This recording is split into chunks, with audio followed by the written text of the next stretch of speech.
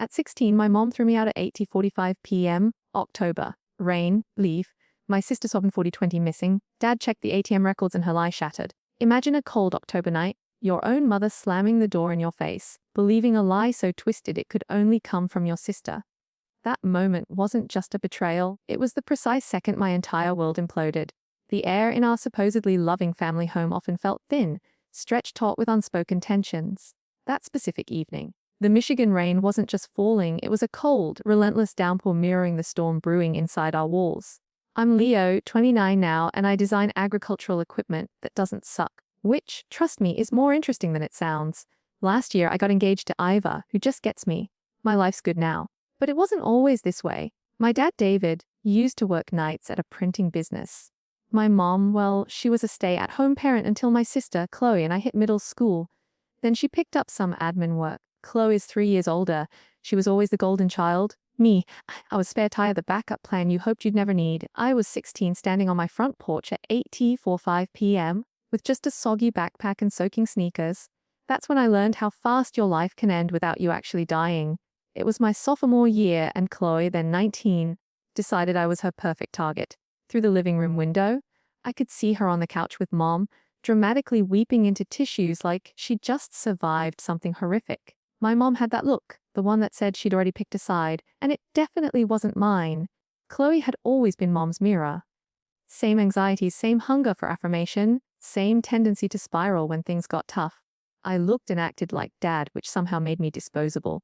The dynamic had been building for years. Chloe failed a test. Mom called the teacher. Cut from volleyball. Mom complained to the athletic director.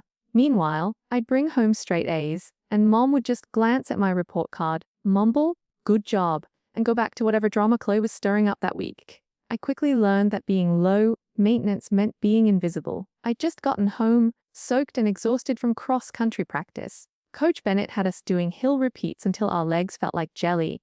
I planned on showering and collapsing into bed. Mom's Camry was in the driveway. Chloe's music was blasting, just a normal Wednesday. But then I walked into the kitchen. Mom stood there, arms crossed, her face stiff, cold. "Sit down." I sat. Chloe emerged from the living room, eyes red, phone clutched in her hand like evidence. Mom didn't waste a second. "Chloe told me what you did. How you've been taking money from her account, small amounts thinking she wouldn't notice." The accusation felt strange. Too specific, yet too vague. "What are you talking about?" I asked. "Don't lie to me." Mom's voice rose half an octave. "She has proof. Transactions, dates, everything." Chloe shoved her banking app in my face. Withdrawals over 3 months. 20. 5 here, 40, 5 there, 70 last week. Around 420 total. I didn't do any of that. Then, and explain how money disappears right after you use her laptop. Chloe's voice cracked. A perfect performance. "You're the only one who knows my passwords." I didn't know her passwords. I hadn't touched her laptop in months. Not since she started getting paranoid about privacy. But the way Mom looked at me, none of it mattered. She'd already written the script in her head. "This is ridiculous!" "Check the security cameras where she supposedly withdrew it. Check her transaction history," I pleaded. "I don't even have access." "You stole from your sister!" Mom cut me off. "Your own sister who's been saving for college!" "Do you know how sick that is?" Chloe was crying harder now, really selling it. Academy Award material. I saw her shoulders shake, tears streaming down her cheeks, and something in my gut twisted. Because I knew this girl, I knew when she was faking it. We grew up in the same house. I'd seen her practice sobbing in front of a mirror to get what she wanted. This was that, times 10. I tried 3 more times to explain. I had my own money from the bike shop where I worked weekends. Chloe's story had holes big enough to drive a truck through. But Mom wasn't listening. "Your father is on his way home. I want you out of this house before he arrives. I will not keep a thief under my roof." "Mom, please." She shoved me hard toward the door. I grabbed my backpack. The deadbolt clicked, a solid, sickening sound. Chloe leaned against Mom's shoulder, Mom stroking her hair, mumbling things I couldn't hear. It looked rehearsed. They looked content. I stood there for 5 minutes before the rain started. Light drizzle at first, then a downpour that soaked through my hoodie in seconds. My phone was at 14%. The garage was locked. The shed smelled like fertilizer. So, I started walking. Our subdivision had security cameras, ring doorbells, neighborhood watch signs. But nobody was watching me. Just vacant streets and cozy houses where families were doing normal things. I passed the Hendersons, their porch light on, watching TV together. Normal, safe, Everything I thought I had 2 hours ago. I ended up at Riverside Park beneath the gazebo. The seat was wet, leaves turning to mush. A jogger passed, earbuds in, not even glancing at the soaking kid alone at 90:15 on a school night. My hands shook not from cold, but from something deeper. My body was trying to disconnect. I replayed the kitchen scene. Mom's face, Chloe's tears. The fact that neither of them paused for a second to consider if I was telling the truth. 15 years of being their son and brother meant nothing against one accusation, and 90:38 I called Dad. On the third ring, he answered, voice thick with sleep. What's up? I'm in Riverside Park. Mom kicked me out. Chloe said I took money, and Mom believed her without checking anything. I need you to come get me. The words spilled out in a rush. Dad went silent for 4 seconds. Stay there. Don't move. I'm 18 minutes out. He made it in 12. His pickup pulled up, headlights cutting through the rain. I climbed in, the heater hitting me like a physical comfort. Dad looked at my face, my soaking clothes, my shivering. Tell me everything. So I did. The accusation, the banking app, Mom's instant judgment, Chloe's unshed tears, being locked out. Dad listened without interrupting, his jaw tightening. When I finished, he gripped the steering wheel. You didn't make those withdrawals. No, I've got my own money. From the bike shop. Yeah, you don't need to take from Chloe. He nodded decisively. We're going home. We're getting to the bottom of this tonight. The drive back took 4 minutes. Every second felt like a countdown. Dad walked through the front door like a man on a mission. Mom and Chloe were still on the couch, looking utterly smug. Their comfort evaporated when they saw me behind him. David, I told you. You told me there was an emergency. You didn't tell me you threw our son out in the rain without checking any facts. Mom stood defensively. Chloe showed me the proof. Transactions can be faked or misattributed. Where's her phone? Let's see the proof. Chloe clutched her phone to her chest. Dad held out his hand. Either show me the real proof or admit you're lying. Those are your options. The stillness stretched. Chloe glanced at Mom, hoping for backup. Mom stepped forward. She doesn't have to prove anything to you. We know what happened. No, you know what Chloe told you. That's not the same thing. Dad's voice was level calm, the kind of quiet that's more dangerous than screaming. Chloe, please, log into your bank account on the computer right now so we can all see the full transaction history. Chloe hesitated. Just half a second, but I caught it. Dad did too. She hurried to the kitchen table, trembling hands opening her laptop. Login loaded, she typed in her credentials. Account summary popped up, available balance, $743. The transaction history showed the withdrawals she'd mentioned, but when Dad clicked the details, he saw ATM locations. What ATM did you use on October 6th? Chloe blinked. I can't remember. It was the corner of Maple and 5th. That's 3 blocks from your friend Sarah's house. Dad pulled up Google Maps. Show me where you were that day. He clicked through more transactions. Each one had a location. Each one matched places Chloe had visited according to her own social media posts. October 6th, 40 p.m. photo at Sarah's house, caption, study group, 2:58 p.m. ATM withdrawal 3 blocks away. October 14th, noon selfie at the mall with friends, withdrawal from the mall ATM at 12:26 p.m. 3 more transactions, same pattern. By midnight, the theft story was completely shredded. That's when she shifted. This isn't even the worst part. Her voice became hushed, scared. I only mentioned the money to avoid talking about the real reason I'm so upset. Mom immediately went into protective mode. What's the real reason, honey? Chloe looked down at her hands and began to cry. Not the performance from before. This was different. More deliberate. Last Tuesday, after everyone had left practice, he cornered me outside the equipment shed. My breath caught. The air became thick, toxic. I couldn't breathe. That never happened. You're lying! Chloe's voice rose. I've got bruises where you grabbed me. She pulled up her sleeve, revealing yellowish marks on her upper arm. Old enough to look authentic, fresh enough to be believable. What day was it? Last Tuesday? What time? After practice, around 50:20 p.m., Dad pulled out his phone. Last Tuesday, October 21st. What time did practice end? 5:05, I said so. Where were you after that? Bike shop.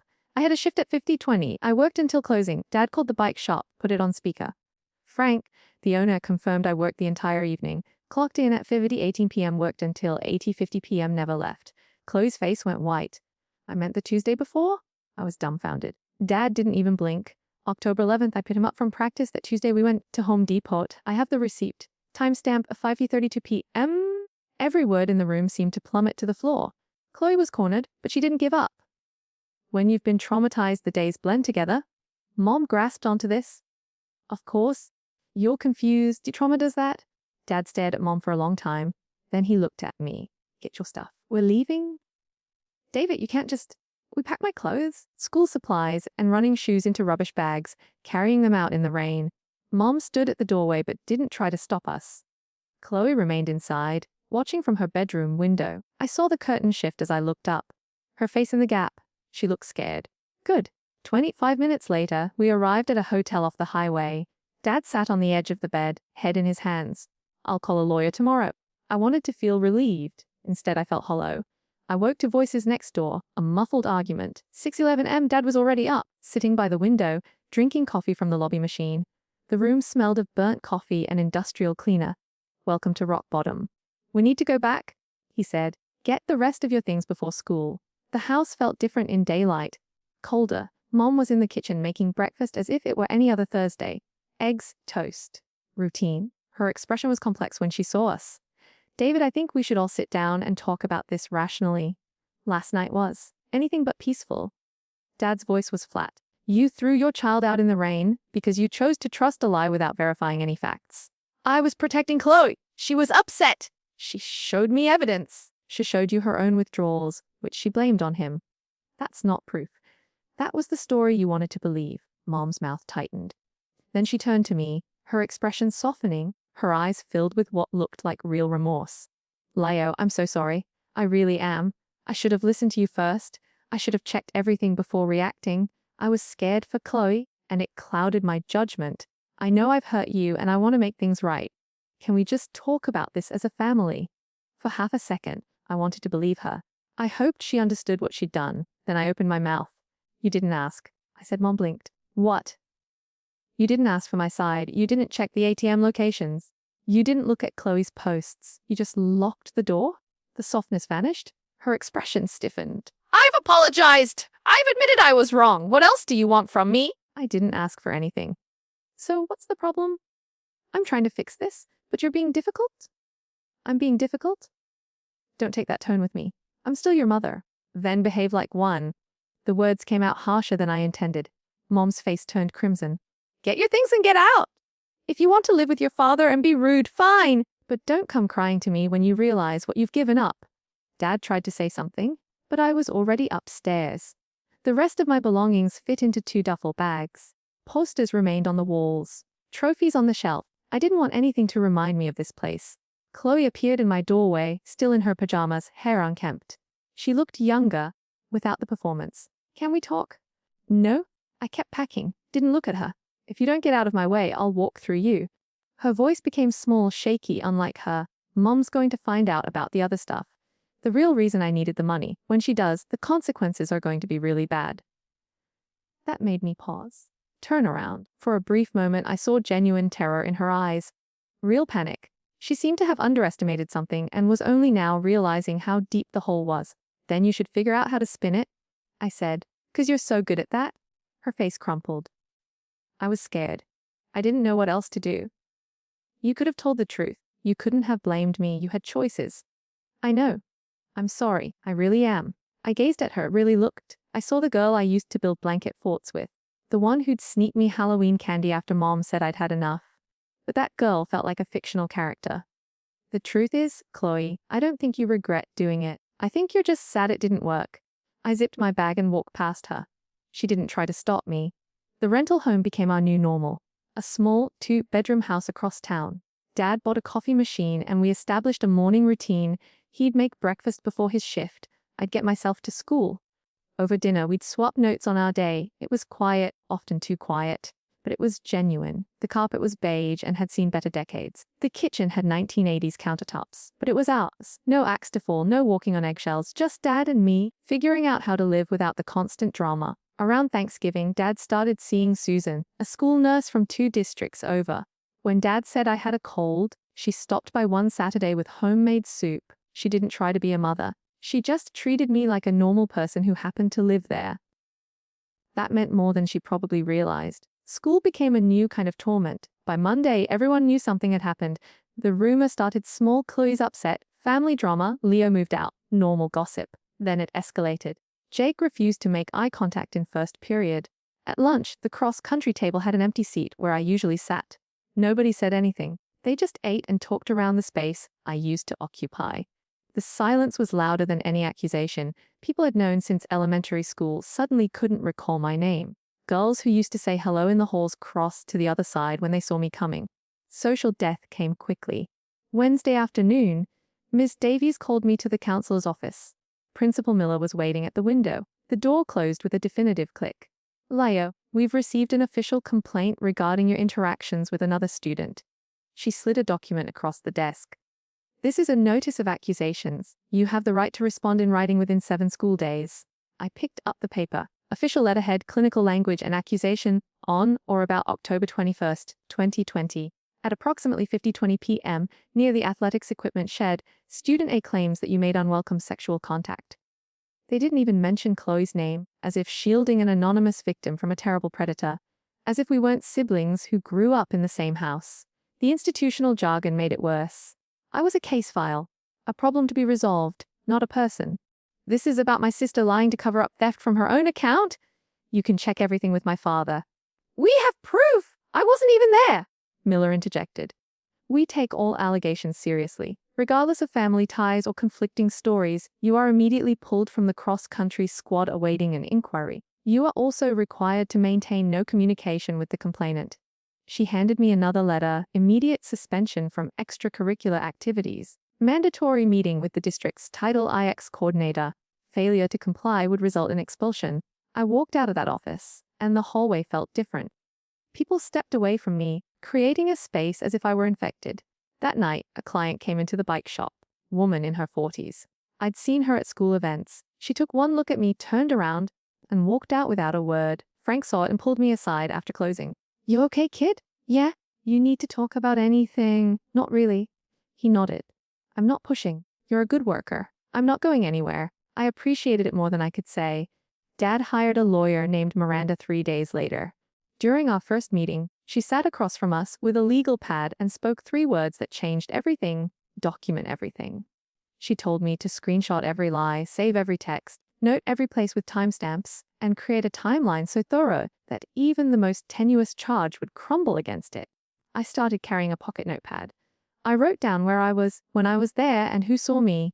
I saved receipts from the bike store, texts from my father, and images with metadata intact. I began to see my own life as a crime scene that required evidence. The machine kept grinding. Chloe's closest friend, Sarah, shared an Instagram story about standing with survivors and believing in women. It didn't mention me, but everyone knew who she meant. 60 likes in an hour. My cousin Ethan, Chloe's age, and a popular student council president organized a survivor support rally. After lunch, staging it on the quad so everyone could see, Chloe spoke about finding her voice and not letting fear stop her. I watched through the library window. 68 students showed up with signs, chanting about believing survivors. Ethan stood at the front with his megaphone, doing what he always did, pausing mid-sentence to scan the crowd, making sure everyone was watching. For him, everything was a show. Every cause just another line on his college application.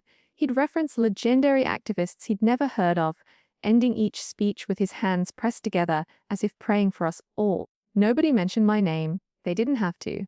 3 days later, someone slashed both my bike tires, leaving them flat in the parking lot. Someone's spray painted something on my locker that maintenance covered, but the outline was still visible through the fresh paint. Someone started a petition to have me removed for the protection of female students. It gathered 417 signatures in 2 days. Ethan was behind most of it. Golden boy, future lawyer, moral crusader, who saw me as the perfect villain for his hero narrative. Dad wanted to press charges. Miranda warned against it. They're trying to provoke you. Don't give them ammo. So, I took it. I absorbed the hatred. I became a ghost in my own school. Weeks blurred into a flurry of meetings with the Title IX coordinator, who asked the same questions in different orders, as if trying to catch me lying, documents to fill out, statements to write. Each session felt like a trial for something I hadn't done. The coordinator sat there with her clipboard, asking me to explain my whereabouts, my relationship with Chloe, and why I thought she would lie. Every question implied guilt. Every answer was suspicious. I started bringing Miranda to meetings so I'd have someone who believed me in the room. Then one Friday, a teacher from my old middle school spotted me at the supermarket. Miss Jensen. She taught me 7th grade English. Leo, is that really you? I nodded. She looked at my face. Something clicked. I heard about what's going on at the high school through the rumor mill. I didn't say anything. But for what it's worth, I know you. I know the student who stayed after class to help organize books, always handed in assignments on time. Never caused, she paused. I don't believe it. Thanks. Truth has a way of getting out. She squeezed my shoulder before walking away. That compassion let me breathe for another week. Lies take care, energy, and constant reinforcement. Liars eventually get tired. Chloe started slipping in November. Her Instagram stories showed her at parties, smiling, dancing, looking anything but terrified. She shared images from a concert with the caption, "Finally feeling free again." Miranda caught it first. She sent the screenshots to Dad with a note, "Your daughter's behavior is inconsistent with that of someone who has experienced trauma. Save everything." Then, the ATM surveillance footage arrived. After weeks of delay, the bank finally delivered. The tape showed Chloe at every location. On every date she'd blamed solely on me. No evidence of coercion, just a teenager withdrawing her own cash. The theft accusation was officially dropped. We ignored Chloe's retraction. The assault story was harder to disprove, but the cracks were showing. Sarah posted something on TikTok in late November, then deleted it 20 minutes later. But Miranda had already screenshotted it, a video of her and Chloe at a party with the text overlay. "When your drama gets you out of calculus for a week." Then came the medical record request. Miranda demanded Chloe's paperwork for the claimed assault, hospital visits, doctor's appointments, any evidence that she sought care for trauma or bodily injury. The school pushed back, citing privacy and victim protection. Miranda pressed harder. "If you're going to accuse someone of an assault serious enough to warrant expulsion, you have to provide proof. Real evidence, not Instagram posts." The records came back empty. No visits, no doctor's notes, no counselor reports. Miranda called a conference with the school's legal team, bringing medical documents, ATM footage, my location history, witness statements, everything. She laid it out like a prosecutor. The Title IX coordinator looked uneasy. The school's lawyer started taking furious notes. They agreed to continue the investigation, but I could see it on their faces. They knew Chloe was lying. They just didn't know how to admit it without losing face. The school kept dragging its feet, organizing follow-up meetings, asking for more documents. Every week, they'd ask for one more piece of evidence, another witness statement, another timeline verification. Classic bureaucratic delaying. They had painted themselves into a corner by publicly supporting Chloe. Backing down now meant admitting they'd nearly expelled an innocent child. Then, before they could reach a conclusion, the full news broke. Chloe's boyfriend, Jason, was arrested. A 22-year-old pill dealer, operating out of his apartment. Police found customer lists, transaction data, and SMS messages. Chloe's name came up 11 times. 4 weeks after Jason's arrest, the police showed up at Mom's house. They wanted to talk to Chloe about her connection to him. Asked if she'd bought controlled substances. That's when Chloe snapped. She confessed to everything. Drug use, the money, the lies about me, all of it came out because she needed to cut a deal to avoid prosecution. The police report landed on Miranda's desk 5 days later. She called us into her office and set it on the conference table. Your sister states in her confession that she made up the theft charge to mask drug transactions. She also admits the assault claim was fabricated to divert attention as the theft story began to unravel. I stared at the words in black ink on white paper. Official confession. What happens now? We deliver this to the school, demand complete reinstatement. All records expunged and a public acknowledgement of the error. The school resisted for 3 weeks. They tried to arrange a discreet settlement. They'd clear my record but wouldn't admit fault. Miranda said no. We either get public acknowledgement or we go to the media and the school board. They relented. Principal Miller delivered a statement during an all-school assembly. Brief, dry business rhetoric about new information and errors made throughout the investigation. Chloe's name was never mentioned. Neither was mine. Just broad statements about ensuring fairness in the future. The assembly was mandatory. Everyone poured into the gym. I stood in the back row, watching Miller stand at the podium, looking like she'd rather be anywhere else. The statement took about 75 seconds. Then she dismissed everyone. That was it. Months of anguish condensed into a minute and a half of corporate speak. Ethan sat 4 rows ahead of me. He didn't turn around, didn't apologize, just stared straight ahead as if a man had realized his cause was built on sand. After the assembly, Coach Bennett met me in the hallway. "Leo, we'd love to have you back. State championships are coming up soon." I looked at him, remembering how fast he'd let me go when it counted. "I'm good," I said. "Are you sure? We could really use you." "I'm good." I walked away without looking back. The formal exoneration didn't solve anything, it just highlighted the damage. My reputation was still radioactive. Those who had signed the petition didn't apologize.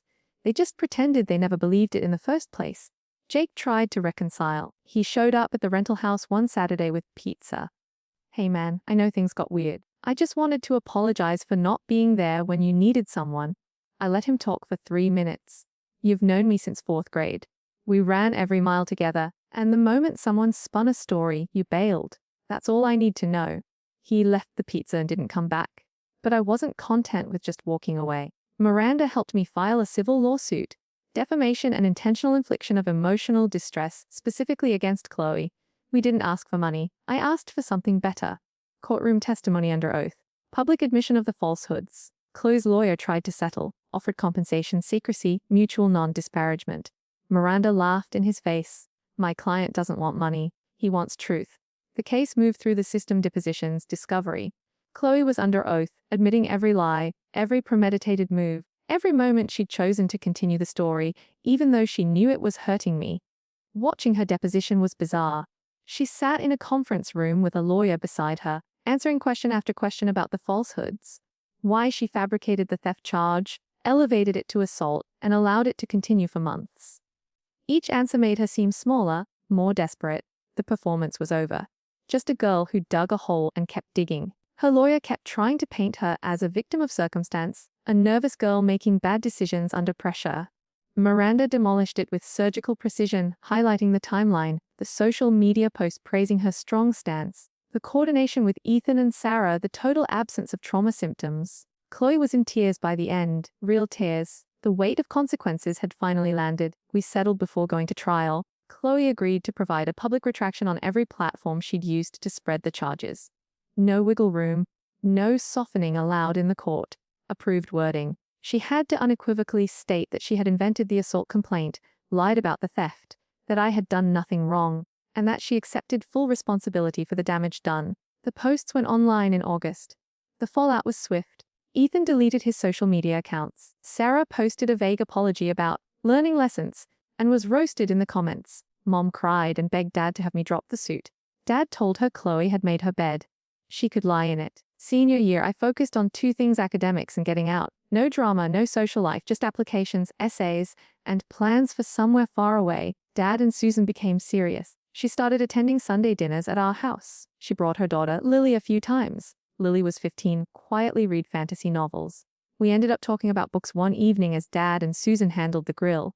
It was my first normal conversation in months. I was accepted to a public university 5 hours north. Full scholarship for an industrial design program. In August, just before freshman year, Dad helped me pack the car. Before we left, he handed me something, an old shoebox from his closet. "What's this?" "Letters from your mother and Chloe. They've been sending them to the house. I saved these in case you ever wanted to read them." I looked at the package. Must have been 30, 40 letters in there. Different handwriting, different postmarks. "Would you want to read them?" Dad asked.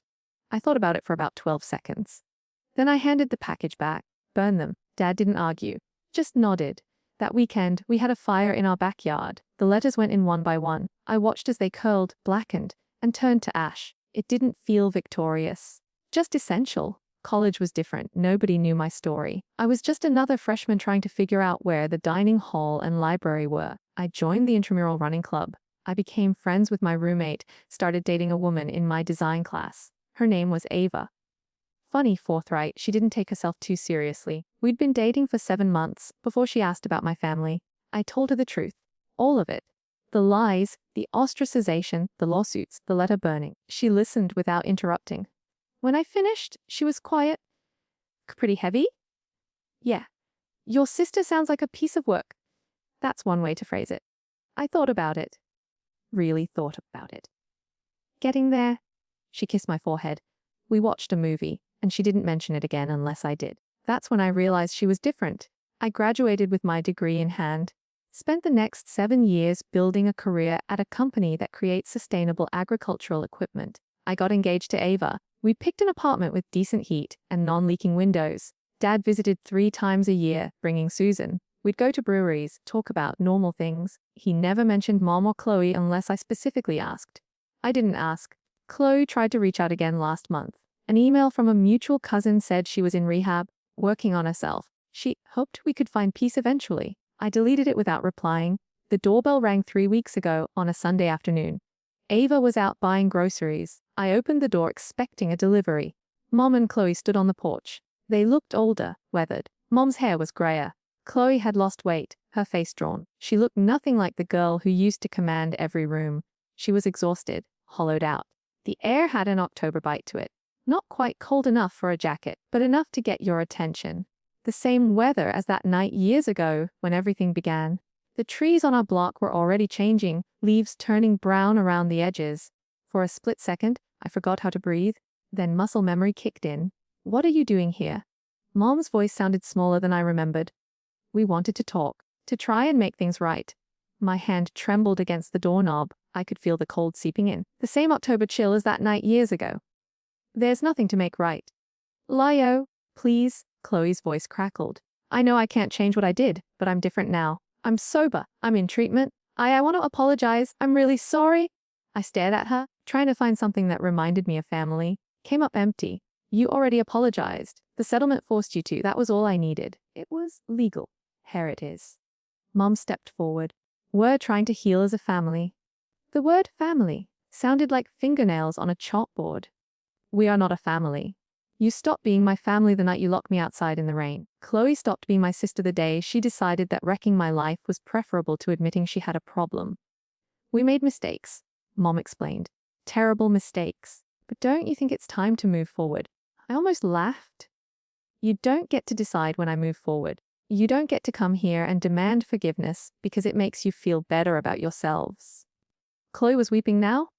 I just want my brother back.